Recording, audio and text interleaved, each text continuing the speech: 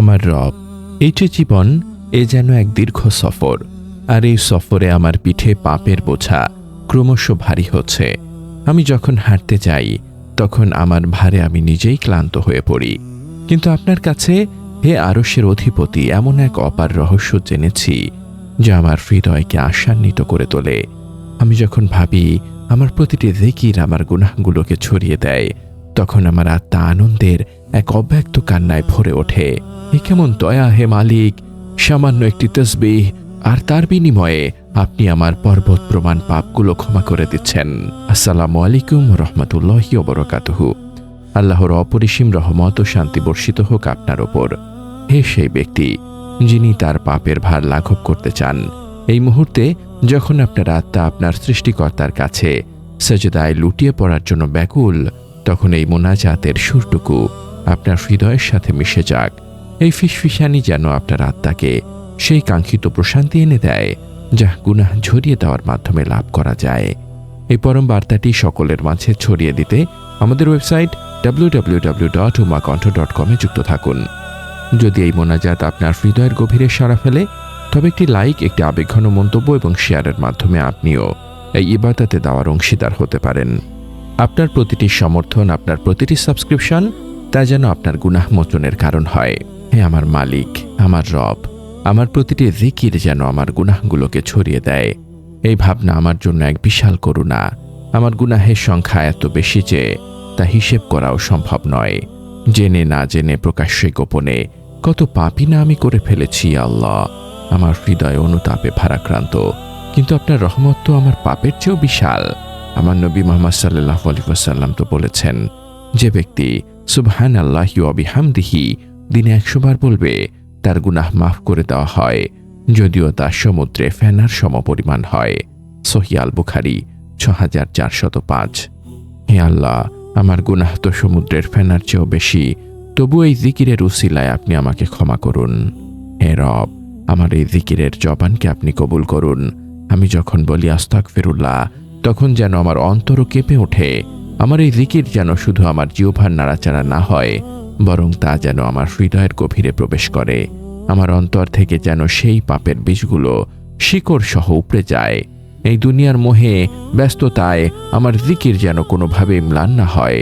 আমি যখন আপনার স্মরণে মগ্ন থাকি, তখন মনে হয় আমার আত্মাকে ঘিরে থাকা অন্ধকার ধীরে ধীরে দূর হয়ে যাচ্ছে। আমার প্রতিটি সাজদা, হে আল্লাহ, যেন আমার গুনাহগুলোকে ছড়িয়ে দেয়। যখন আমি সাজদায় লুটিয়ে পড়ি, তখন মনে হয় আমার কপাল থেকে সমস্ত অহংকার, সমস্ত পাপ মাটিতে মিশে যাচ্ছে। এই সাজদা যেন আমার জন্য এক নতুন জীবনের সূচনা করে। আমাকে সেই মুমিনদের মতো ধৈর্যশীল করে দিন, যারা প্রতিটি বিপদে আপনার জিকির করে। হযরত আদম আলাইহিস সালাম যখন ভুল করেছিলেন, তখন তিনি আপনার কাছে ক্ষমা চেয়েছিলেন, এবং সেই তাওবা ছিল জিকিরের এক রূপ। হে আমাদের রব, আমরা নিজেদের প্রতি জুলুম করেছি, আর যদি আপনি আমাদের ক্ষমা না করেন এবং আমাদের প্রতি দয়া না করেন, তবে অবশ্যই আমরা ক্ষতিগ্রস্তদের অন্তর্ভুক্ত হয়ে যাব। সূরা আল আরাফ আয়াত 23। এই জিকিরের শক্তি আমাকে দিন। হে আমার প্রতিপালক, আমার জীবনের প্রতিটি মুহূর্ত যেন আপনার স্মরণে কাটে, যাতে আমার গুনাহ ঝরার প্রক্রিয়া অব্যাহত থাকে। এই ক্ষণস্থায়ী জীবনের মূল্য যেন আমি আপনার জিকিরের মাধ্যমে বুঝতে পারি। আমাকে সেই সৌভাগ্য দিন যেন আমার জিকির হয় আপনার কাছে সবচেয়ে প্রিয়। আমার নবী সাল্লাল্লাহু আলাইহি ওয়াসাল্লাম বলেছেন, আল্লাহর নিকট প্রিয় বাক্য হচ্ছে 4টি: সুবহানাল্লাহ, আলহামদুলিল্লাহ, লা ইলাহা ইল্লাল্লাহ এবং আল্লাহু আকবার। সহিহ মুসলিম 2137। হে আল্লাহ, আমার এই জিকিরের প্রতিটি শব্দ যেন আপনার দরবারে কবুল হয়।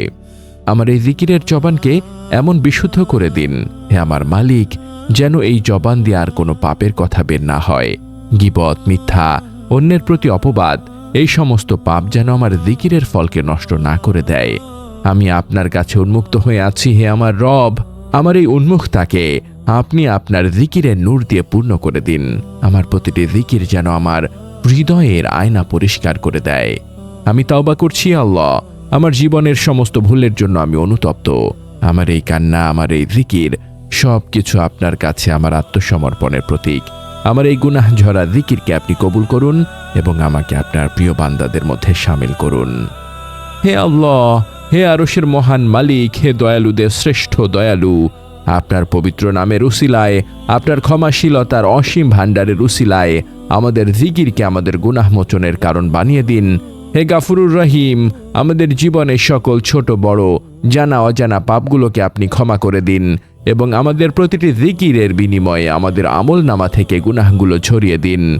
ইয়া আল্লাহ, আমাদের জবানকে আপনার জিকির ছাড়া আর সমস্ত অনর্থক কথা থেকে পবিত্র রাখুন। আমাদের হৃদয়কে আপনার জিকিরের প্রতি উন্মুখ করে দিন, যাতে আমরা সর্বাবস্থায় আপনার স্মরণে মগ্ন থাকতে পারি। আমাদের মা বাবা, আত্মীয় স্বজন এবং সকল মুমিনকে ক্ষমা করুন যারা কবরে আছেন। তাদেরকে আপনার জিকিরের ফলস্বরূপ জান্নাতের সুশীতল বিছানা দান করুন।